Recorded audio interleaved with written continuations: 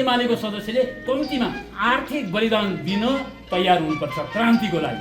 हाम्रो पङ्क्तिले अझै त्याग गर्न आवश्यक छ। अघि कमेडोले प्रश्न पनि उठाउनु भयो, त्यो चाहिँ के भन्दाखेरि क्रान्ति सम्पन्न गर्नको लागि आर्थिक तथा भौतिक बलिदान दिन तयार हुनुपर्छ भन्नुभएको छ कि हामीले भौतिक बलिदान त अब सामान्यतया नपर्ला, तर आर्थिक बलिदान चाहिँ मिनेटमा दिइरहनुपर्छ। आज तपाईँहरू यहाँ 3 दिनदेखि हुनुहुन्छ, अरू 2 दिन हुनुहुन्छ, बस्दै हुनुहुन्छ, यो त ठुलो आर्थिक बलिदान त तपाईँले गरिसक्नुभयो नि। कहाँदेखि आउनु भएको छ, कहाँ बस्नु भएको छ, के खानु भएको छ, यो सबै मिनेटमा बलिदान भइरहेको छ। त्यही हरेक एमाले सदस्य जब एउटा निरन्तरको विजयी पार्टी बनाउन हामी लागिरहेका छौँ, त्यो मिसनमा छौँ भने प्रत्येक एमालेको सदस्यले कम्तीमा आर्थिक बलिदान दिन तयार हुनुपर्छ क्रान्तिको लागि। क्रान्तिलाई पर्ने प्राकृतिक वा मानवीय आपद विपद पर्दाखेरि त्यहाँनिर एमालेको कार्यकर्ता पुगेको हुनुपर्छ।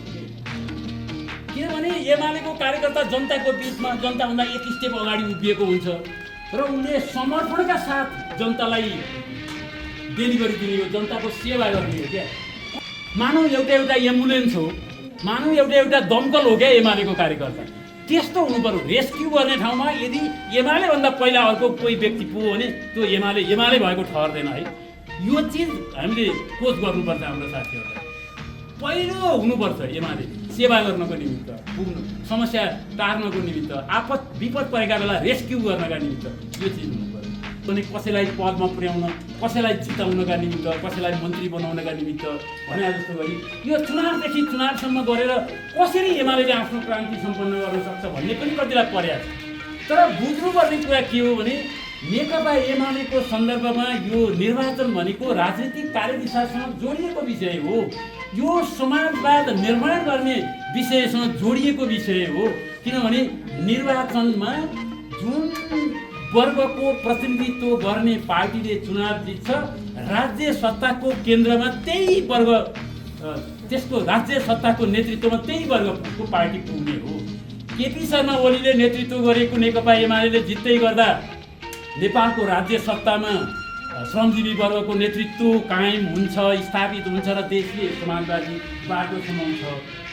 शेरबहादुर देउवाले नेतृत्व गरेको कङ्ग्रेस जस्तो पुँजीपति वर्गको पार्टीले चुनाव जित्दै गर्दा राज्य सत्ताको नेतृत्वमा बुर्जुवा वर्गको नेतृत्व स्थापित हुन्छ र देशले पुँजीवादी बाटो समाउँछ। यो सच्चाइलाई बुझ्नुपर्छ। त्यसकारणले निर्वाचन फगत राजनीतिक सङ्घर्षको विषय मात्रै होइन कि त्यो वर्ग सङ्घर्षको मैदान पनि। त्यहाँनिर एउटा वर्ग सङ्घर्षको केन्द्र थलोको रूपमा निर्वाचनलाई बुझ्नुपर्ने हुन्छ कि मैले अघि भने नि, किन मैले 5 चुनावको मिसनको कुरा गरेँ, किन 25 वर्षको मिसनको कुरा हाम्रो परिषद बैठकले सङ्कल्प गरेर आएको छ भन्दाखेरि हामीले जुन क्रान्ति गऱ्यौँ त्यो मौलिक प्रकारको हो। हामीले के 62-63 को क्रान्ति सम्पन्न गर्दै गर्दा के सम्झौता गऱ्यौँ भने अब यो देशको वर्गीय नेतृत्वको मामिला चुनावबाट फैसला गर्ने भनेर हामीले त्यो तय गरेका छौँ कि हाम्रो क्रान्तिको बाटो नै यही हो। त्यसैले चुनाव हाम्रो लागि चुनाव मात्रै होइन कि त्यो क्रान्तिको थलोको रूपमा बुझ्नु पर्यो। यो कुरा हरेक सदस्यमा इन्जेक्ट हुनु पर्यो क्या। तब मात्रै म एउटा क्रान्तिमा छु होइन, क्रान्तिको कामलाई सम्पन्न गर्दैछु, देशलाई सम्पूर्ण रूपले बदल्ने कुरामा समाजवाद ल्याउने, त्यो पनि वैज्ञानिक समाजवाद। कङ्ग्रेसको समाजवाद त्यो पुँजीवादी समाजवादको कुरा हो, त्यो प्रजातान्त्रिक समाजवाद भन्छन् उनीहरूले। हाम्रो समाजवाद चाहिँ वैज्ञानिक समाजवाद हो के, वैज्ञानिक समाजवादको कुरा हो। त्यसैले यो चुनावलाई हेर्ने दृष्टिकोणमा स्पष्टता आउनुपर्छ र नेपाली मोडेलको समाजवादको एउटा परिकल्पनाको हिसाबले अनि अब देश हामी कसरी बदल्छौँ त्यसको एउटा स्पष्ट मार्गचित्रको हिसाबले र संगठनात्मक हैसियतका हिसाबले हरेक चुनौतीहरूलाई एकपछि अर्को सृजनशील ढङ्गले समाधान गर्ने त्यो दृष्टिकोण, स्पष्ट दृष्टिकोणका हिसाबले हरेक हिसाबले नेकपा एमाले देशको राजनीतिको एउटा ब्रान्ड हो।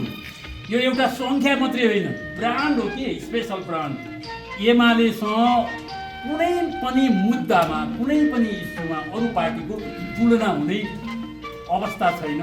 हाम्रो यथार्थले ती कुराहरूलाई चाहिँ एकपछि अर्को जवाफ दिन्छन्। यो कुरा साथीहरूले राम्रो गरी बुझेर जनताले सुन्ने गरी हामीले भन्न सकौँ र हामीले सत्य स्थापित गर्न सकौँ। नेपालको राजनीतिको सर्वाधिक सही पार्टी नेकपा एमाले हो। यो देशको राजनीतिको एउटा सत्य हो। यो सत्यलाई अब जिताउनुपर्छ। इतिहासमा सत्यले आफै एक्लै जितेको छैन, सत्यलाई जिताउँदै आइएको छ र भोलि पनि हुने त्यही हो। सत्यलाई हामीले जिताउनुपर्छ।